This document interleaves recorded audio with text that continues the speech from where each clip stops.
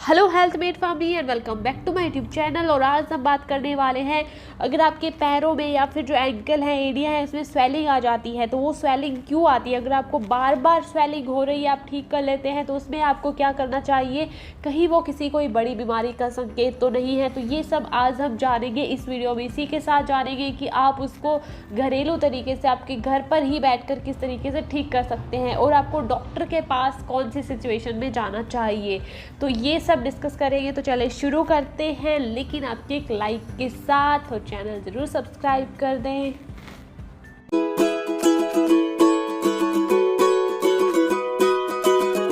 अगर आपको सूजन रहती है और आपने कोई ट्रीटमेंट लिया हो और आप जल्दी ठीक हो गए हो, या फिर आपको बार बार सूजन हो रही है, किसी चीज़ ने आपको रिएक्शन दिया हो, यानी कि रिएक्शन हुई हो, तो आप हमें ज़रूर कमेंट कीजिएगा, हमारे साथ ज़रूर शेयर कीजिएगा। बात करें स्वेलिंग की या फिर सूजन की, तो ये दो तरीके से होती है।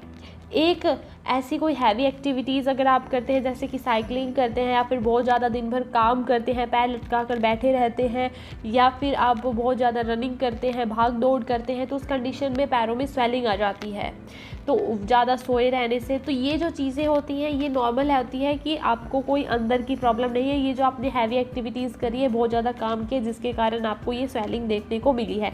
जो दूसरी तरीके की स्वेलिंग होती है वो किसी डिजीज़ का साइन होता है। अगर आपको अंदर ही अंदर कोई बीमारी हो, जैसे कि कोई किडनी की प्रॉब्लम हो, लीवर की प्रॉब्लम हो, या फिर हार्ट रिलेटेड कोई प्रॉब्लम आपको रहती हो, तो वहाँ पर क्या होता है, आपकी पैरों में बहुत ज़्यादा स्वेलिंग देखने को मिलती है, सूजन देखने को मिलती है, इडिमा जिसको हम कह सकते हैं। तो ये दो तरीके की होती है। आपको ध्यान रखना है कि आपको कौन सी वाली है, आपको पता होना चाहिए। पहली वाली जो होती है वो कुछ भी आप ट्रीटमेंट लेते हैं तो वो ठीक हो जाती है, होम रेमेडीज़, आयुर्वेदिक ट्रीटमेंट। जो नंबर 2 वाली होती है वो जो होती है वो बार बार होती है, क्योंकि लीवर किडनी की प्रॉब्लम है तो वो बार बार प्रॉब्लम क्रिएट करती है। तो आप उससे समझ जाएंगे कि आपको कौन सी वाली प्रॉब्लम है।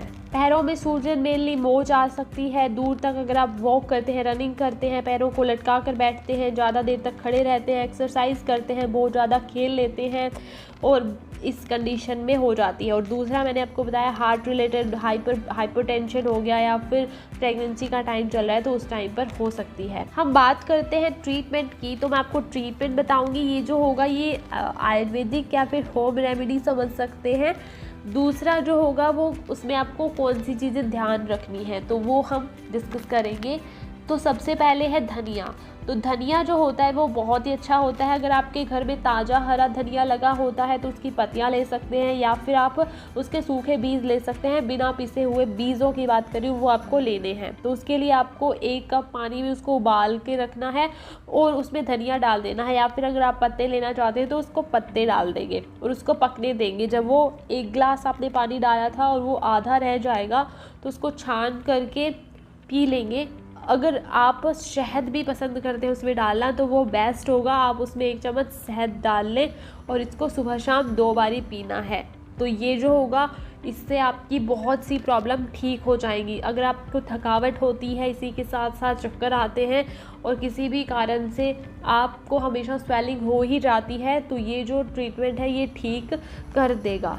नंबर 2 है गर्म पानी से सेक कर लें। आपके जो पैर हैं उसको पानी में डुबो करके बैठ जाएं, उसमें आप फिटकरी डाल सकते हैं और थोड़ा सा नमक डाल सकते हैं, तो वो आपके पैरों की जो स्वेलिंग है वो बहुत जल्दी ठीक कर देगा।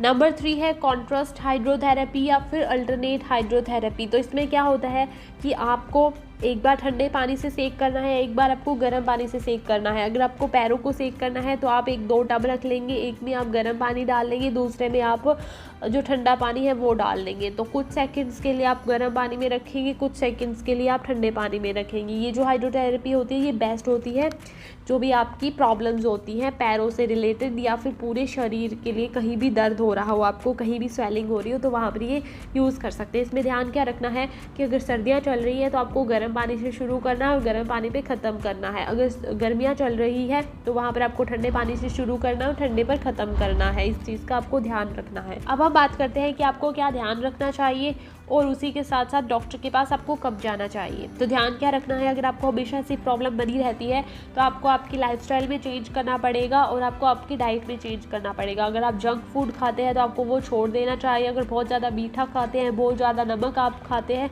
तो उस कंडीशन में बहुत जल्दी स्वेलिंग हो जाती है और बहुत पेन होता है। और अगर बहुत ज़्यादा कैफ़ीन पीते हैं, ड्रिंक करते हैं, स्मोकिंग करते हैं तो वो कंडीशन आपको उसमें छोड़ देना चाहिए। अगर आपकी कोई आयुर्वेदिक मेडिसिन चल रही है तो उस कंडीशन में आपको खट्टा मीठा नहीं खाना चाहिए। अगर आप खट्टा खाते हैं आपकी आयुर्वेदिक ट्रीटमेंट में तो वहाँ पर परहेज़ करना चाहिए, और अगर आप नहीं करते हैं तो वहाँ पर स्वेलिंग हो जाती है। और अगर आप आयुर्वेदिक ट्रीटमेंट ले रहे हैं तो आपको नमक तो बिल्कुल नहीं खाना चाहिए और रेस्ट करना चाहिए, ज़्यादा देर तक पैदल नहीं चलना चाहिए। तो इन चीज़ों का आपको ध्यान रखना चाहिए। और लाइफस्टाइल चेंज करने का मतलब है कि जो भी डाइट आपकी है वो आपको ध्यान में रखनी है, जो भी सीजनल चीज़ें चल रही है वही आपको खानी है, और जो एक्स्ट्रा चीज़ें होती हैं वो आपको छोड़ देनी है। अब हम बात करते हैं आपको डॉक्टर के पास कब जाना चाहिए। अगर आपके लाइफस्टाइल के कारण या फिर किसी विटामिन मिनरल्स की कमी के कारण पैरों में सूजन रह रही है तो वो आपको 7 दिनों में, अगर आप कोई भी ट्रीटमेंट लेते हैं, घरेलू उपाय करते हैं तो वो ठीक हो जाता है। लेकिन 7-8 दिनों से ज़्यादा आपको सूजन में कोई रिलीफ नहीं मिल रहा है, चली जा रही है, आ जा रही है, तो ये बार बार ऐसा हो रहा है तो आपको हो सकता है किसी हार्ट रिलेटेड या फिर किडनी रिलेटेड प्रॉब्लम हो। तो आपको उस समय चेकअप करवा लेना चाहिए अपना, डायबिटीज़ और किडनी, लीवर, इन सब फंक्शन टेस्ट करवा लेने चाहिए।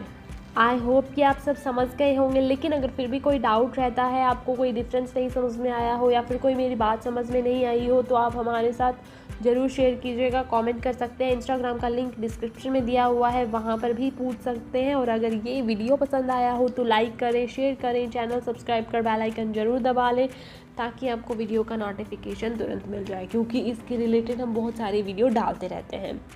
और हाँ, खुश रहें, मस्त रहें और स्वस्थ रहें। और अगर आप आयुर्वेद से प्यार करते हैं तो एक पेड़ ज़रूर लगाएं। Thank you.